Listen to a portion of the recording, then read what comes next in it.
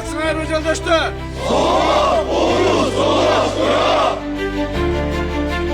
Эгерде керек болду өмүрүмдүн аябогу ант беремин. Эгемендүүлүк алгандан бери биринчи жолу атайын кызматтар үчүн кадрларды даярдоочу өзгөчө окуу жай ачылып, алгачкы курсанттары аскердик ант беришти. Салтанаттуу иш-чарага катышкан УКМКнын жетекчиси генерал-полковник Камчыбек Ташиев курсанттарды куттуктап, алардын миссиясынын канчалык маанилүү экенин баса белгиледи. Бүгүн курсанттар үчүн эле эмес, жалпы мамлекет анын коопсуздук системасы үчүн тарыхый күн болуп жатат деп ишенимдүүлүк менен айтууга болот. Себеби бул күн өлкөбүздүн жана коопсуздук органдары үчүн тарыхый мааниси бар өзгөчө окуя. Коопсуздук кызматкерлерин даярдаган окуу жайына ээ болуу ондогон жылдардан бери бир кыял гана болуп келген. Жалпы коопсуздук кызматкерлеринин эңсөөсү өткөн жылы орундалып, президентибиз Садыр Жапаровдун жарлыгы менен УКМК академиясы түзүлгөн. Учурда академия заманбап окутуу, аскердик, спорттук, жашоо тиричилик имараттары, керектүү окуу каражаттары жана материалдык техникалык жабдуулар менен камсыздалган. Мындан ары да академияга материалдык техникалык, каржылык колдоо зарыл болгон бардык шарттарды түзүү улантылат. Чынында ар бир өзүн сыйлаган мамлекет атайын кызматтын кадрларын өзү гана даярдаш керек. Бул азыркы замандын башкы талабы. Бүгүнкү аламдашу доору маалыматты таркатуунун болуп көрбөгөндөй тездеши, маалыматтарды аналитикалык талдоону жана ошого жараша керектүү чечимдерди тез кабыл алып, ыкчамдык менен аракеттенүүнү талап кылат. Төрага өз сөзүндө мекенге болгон патриоттук мамиле, антка берилгендик жана жогорку кесипкөйлүк өзгөчө мааниге ээ экенин билдирди. Ташиевдин айтымында 2024-жылдын январына чейин атайын кызматтар үчүн атайын окуу жайы жок болчу. Бул жааттагы көп жылдык кыял президент Садыр Жапаровдун колдоосу менен гана ишке ашты. Ата мекенди коргоо ар бир жарандын ыйык милдети. Бул жөн эле айтылган пафостуу сөз эмес.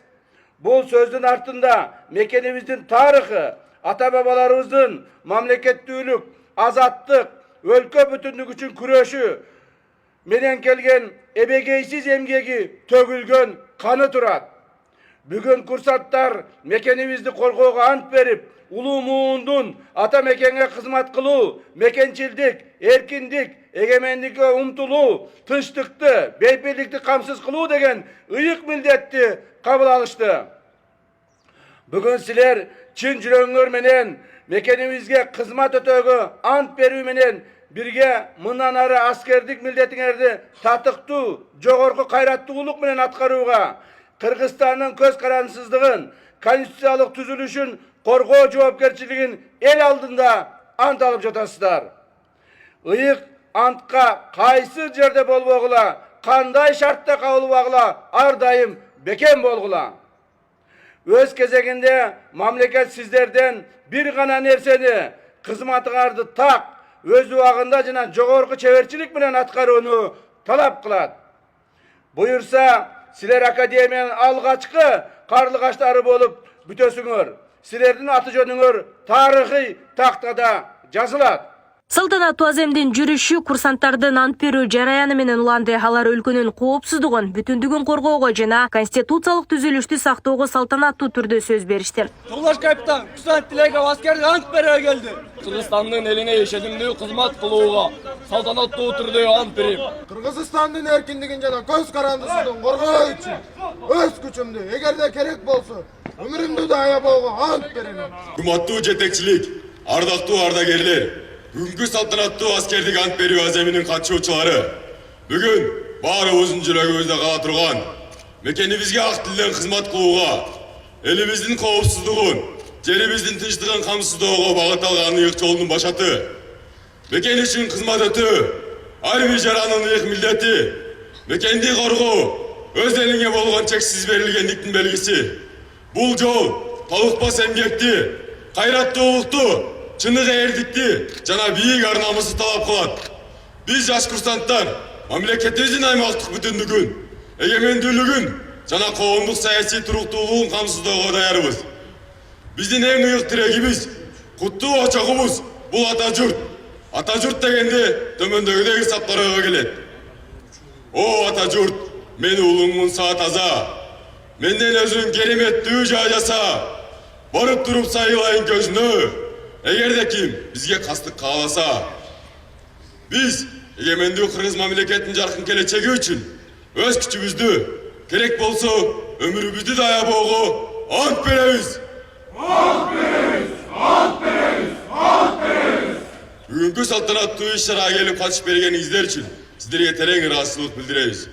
Заманбап окуу жай ачып, билим алууга шарт түзүп бергениңиздерге ата-энелердин атынан чоң ыраазычылык. Ошондой эле курсанттарга окуу өтүшүңөр менен куттуктайбыз. Силерге кааларыбыз ден соолук, окууларда ийгилик, элим келим сыйлаган эр азаматтардан болушуңарга тилектешпиз. Биз силер менен сыймыктанабыз. Силер өлкөбүздүн бир канатысыңар. Силерди дайыма ийгиликтер колдоп жүрөрсүн.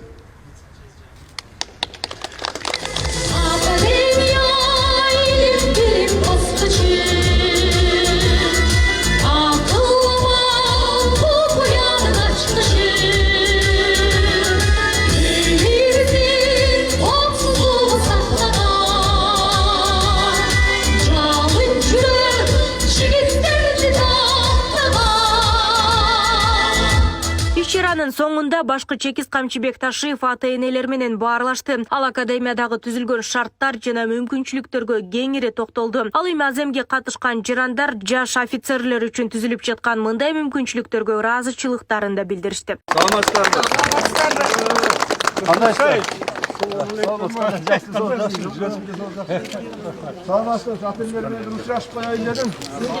Кандай жакшыбы десеңиздер, жакшыбы? Жакшы отурасыздар. Так, урматтуу ата-энелер, урматтуу бүгүнкү ушул салтанаттуу жыйындын катышуучулары, сиздерди бүгүнкү сиздерди бул жерде биздин курсанттарга тиешелүү ата-энелер келип отурасыздар. Тууган-туктар, ата-энелери, жакындары келип отурасыздар. Кээ-бирлерин ушул эртең келинчеги болуп турган кыздар келип отурасыздар, менен келиндерибиз келип отурасыздар. Түшүнгөндөр. Баарыңыздарды бүгүнкү ушул биздин курсанттарыбыздын кабыл алган анты менен баарыңызга куттуктайм. Сиздер ушул балдарды мындай чоңойтуп, төрө өстүрүп, окууларды мектептерди бүтүртүп, тарбиялап, мына эми ушул биздин колубузга тапшырып атасыздар. Ушул балдарыбыз төрөлгөн маалдан баштап ата-энелери элибизге, журтубузга, мамлекетибизге кызмат кыла турган жигит болсо экен, ушул балдарыбыз элибизди, журтубузду бир келечек жараса экен деп үмүт кылып, ата-аналарды деп чоңойттуңар. Мына ушул тилегиңерди Кудайым бир чекесине бере баштады. Эң элге кызмат кыла турган, эң элге элдин коопсуздугун сактай турган, эл журтубуздун, мамлекетибиздин эртеңки келечегин аныктай турган академияга келип курсант болуп отурушат.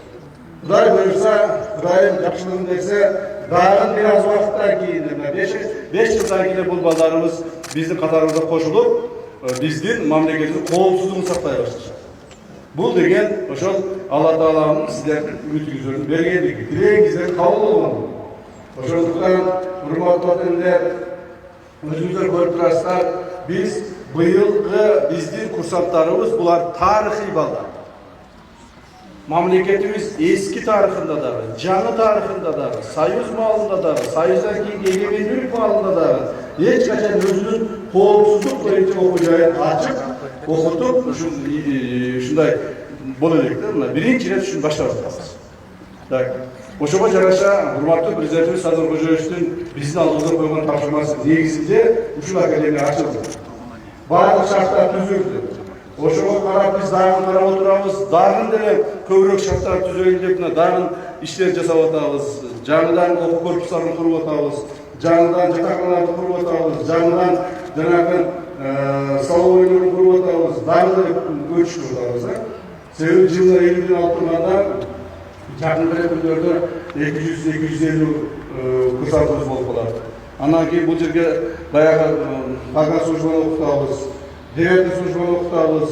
Ушинтип отуруп бизде бир 400-500 курсант болуп калат. Ушу мамлекетибиздин эң чоң сонун окуу жайы болуп калат, буюрса, тарыхыбызда. Ошондуктан сиздерге чоң рахмат. ушинтип бала чакабызды чоңойтуп алып келип биздин колго тапшырып берип атканыңыздарга чоң рахмат. Ушундай патриот ата-эне, мекенчил ата-эне болуп, эл журтубузга салымыңызга кошуп жүрө бериңиздер. Мен солукта болуңуздар. Мен бир нерсени айтып берейин. Биздин акыбалыбыз кандай экендигин өзүңүздөр билесиздер. Кандай болгондугун. 2020 жылга чейинки акыбалыбыз өтө аянычтуу болчу. Мен мына азыр турган ушу блогшуктардын ушерлери мына ушул жерде даже ушул чагайда десек түз жер жок болчу. Баары оюлган, талкууланган ушул блогшукта дагы ушундай болчу. Академия турган. Ал эми азыр баардыгы өз ордуна келе баштады. Тартип боло баштады. Мамлекетибиз Кудайга шүгүр өнүгүү жолунда чыга баштады.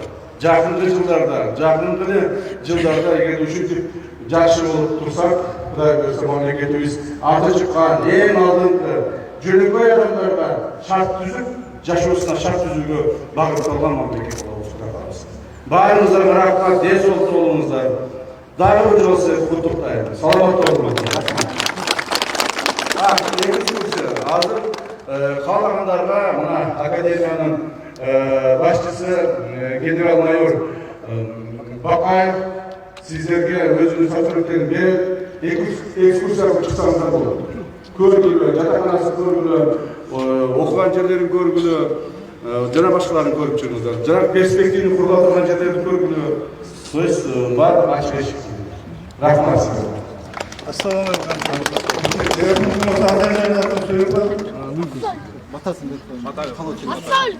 Биринчиден, баягы армияда болгон адамдар менен 50 жыл артка кетип атам да, Германияга барып калгандай болуп, ошондо ушундай палаттар болчу. Укмуша сону шарттар түзүлгөндө, баягы ГСВ келишти. Анан бүгүн көрүп атканда баягы тиги босоолор өткөндө кандай болуп кетти, ошо Астанага жакын төрүнүп отур. Мунун бардыгына сиздердин аракеттер болууда. Мен бүгүн Адемияда жакып эле элдерден айтайын, эл ыраазы сиздерден. Рахмат. Эл ыраазы. Кудайда кубат берсин, жакшылык берсин, көз тийбесин, сөз тийбесин. Анан мен бүгүн ойладым, ол балдар бүгүн ант берип атканда жүрөгүм жарып кетчүдөй болду. Алатоого мындай жамырап атат, ушу буякта Алатоодон Памиртоого чейин кетип атат. Ата балалар нарбактарда козголгондой болот да. Ушундай жашырган шарт түзүлүп, академия ачылып атканда биринчи курска кабыл алган балдарга чоң рахмат. Эми ал балдардын милдети буга чейин ата-энелердин кароосу болсо, эми сиздердин кароосуңар. Бирок ошо ата-эненин дагы, сиздердин дагы милдети жакшылап атташ керек. Бүгүнкү анттар кабыл болсун. Анан баягы илгери айтканга, антка турган киши баягы төбөсү чексиз көгөрсүн, төштүктү жебирсин, төбө жакшы көрүнсүн дегендей. Андай болсун, жигиттер антка берген турган жакшы азаматтар болсун. Андан кийин катышка жакшылык болсун. Ылайым 30 жылдан бери очордук турбаган Кыргызстанды ордон козголдуlar. Ылайым жакшылык болсун, Алла Таала разы болсун, теңирден жакшылык болсун. Ошол. А эме айтарыбыз ошол. Эми баягы кыскача сөз айтканда мындай. Аллага тынчтык болсун, адамзатта иман болсун, өтүп кеткендер жаткан жердин жайлуу арбактар разы болсун. Анан мындай айтат экенбиз. Ар ким сапарда жүрөт. Сапарда жүргөн ар ким каалаган жактарына аман-эсен жетсин деди. Анан бүгүнкү мына академиянын жамаатына, өзүңүз жетектеген тармакка, Кыргыз өкмөтүнө, президент катыбына эл атынан чоң ыраазычылык, жакшылык болсун. Бар болуңар, жакшылык болсун. Ылайым болсун. Рахмат. Рахмат, саламатта болуңар. Мына Кудай бурса, президентибиздин колдоосу камчы кудуруш ташыйтын аракет менен ушул академия акырына чыгып, жакшынакай мына имараттар курулуп, жатаканалар болуп, бардык шарт түздүк. Мына быйылдан баштап биз өзүбүздүн кадрларды өзүбүздүн академияга даярдайбыз. Биз мурдакы ардагерлерге айтып келет, биз Советтер Союзунун ар кайсы шаарларында окуганбыз. Москвада, Минскиде, Ташкентте, Алматыда бар эле, бизде жок болчу. Бүгүн өзүчө эгемен мамлекеттин өзүнүн академиясы ачылып, окуучулар кабыл алып атат, ошол майрам менен мен куттап кетким келет. Ант берүү салтанатына алыскы Баткен облусунан да келген ата-энелер бар. Алар уулдарынын академияга тааныш билишсиз өз билими менен өткөнүнө өзгөчө сыймыктанып турушат. Бул окуу жайга мурдагыдай таасирдүү адамдардын балдары эмес, чыныгы билимге умтулган, өлкөгө ак ниет кызмат өтөөнү каалаган патриот жаштар кабыл алынып жатканы айтылды. Анчалык неме болгон эмес, себеби мен баламды жоготконмун. Анын баласы, азыркы менин неберем, ошонун баласы, жалгыз бала, өзүм чоңойттум өз колумда. Жок, мен ошого барам, мен ошондо окуйм дегенден атамдын жолун жолдойм деп жер тепкилеп туруп алды. Айласыз макулдугумду бердим. Кудайга шүгүр, өзүнүн күчү менен өттү. Эч кандай тааныш билиш андай немелерди биз издегенде эле жокпуз, эме кылган да жокпуз. Ал эми баланын пешенесиби, өзүнүн же билими, жакшылыгыданбы ошентип өтүп кеттик. Бүгүн ушинтип немеске, ант ичкен немеске келип отурабыз кечесине. Аябай кубанычтамын, кубанычымды кантип бөлүшөрүмдү да билбеймин, өзүм батпай жатамын. Улумду ушул улуттук коопсуздук мамлекеттик комитетинин курсанттарынын катарына быйыл азыр ант берүү аземине катышып отурам. Бул өтө жогорку деңгээлде өттү. Мамлекетибиз эгемендүүлүк алгандан бери бул биринчи жолу тарыхыбызда ушундай улуттук коопсуздук комитетинин окуусу ачылып, өтө жакшы жетишкендиктерге жетишип атабыз. Мамлекетибиз Кудай буйрса күчтөнүп, жакшы бир ийгиликтерге жетишебиз деген максатта. Жалпысынан быйылкы жылы УКМК академиясына тапшырууну каалаган Кыргызстан боюнча 1670 жаш жигит сынактан өтүү үчүн документ тапшырган. Алардын ичинен эң мыктылары гана тандалып алынды. Алар бир нече этаптан турган сынактардан өтүштү. Тагыраагы билим деңгээли жана дене түзүлүшү боюнча тийиштүү талаптар коюлган. Жалпы курсанттардын саны 50 бала кабыл алынды. Эми Кудай буйрса булар 5 жыл академияда окуйт. 5 жыл окугандан кийин офицердик наам, лейтенант деген наамды алат. Анан 5 жыл окутабыз. 2 жыл аларды граждандык сабактар берилет, 2 жыл. Анан кийин 3 жыл атайын дисциплина боюнча чалгындоо, контр чалгындоо, терроризмге каршы сабактар берилет. Өзгөчөлүгү бул баягы жарыя, жалпы жарыя кылып туруп, байдын балдары эмес, тааныш билиш эмес, жалпы бизде баягы карапайым элден көп балдары катышты да. Мына бүгүнкү күндө даже бир ата эне көз жашын чыгарып туруп биздин Камчек Кыдыр Шайышка ыраазычылык билдирип, рахматын айтты да. Ал мен өз көзүм менен көрдүм, мына мен балам эч ким жардамы жок эле жалпы экзамендерди тапшырып, конкурска катышып, өз күчү менен өттү деп жарыялады. Алдыда да пландар чоң. Бүгүнкү күндө ушундай бизде материалдык база күчтүү, анткени мына окутуу корпус салынды, спортивный зал бар, тир бар, бассейн бар. Ушу 4,5 гектар аймакта жайгашкан, музей бар. Анан кийин мындан тышкары дагы материалдык база дагы күчөтүлөт. Жакынкы 2 жылда биз баягы өзүбүзчө бир пландарды түздүк.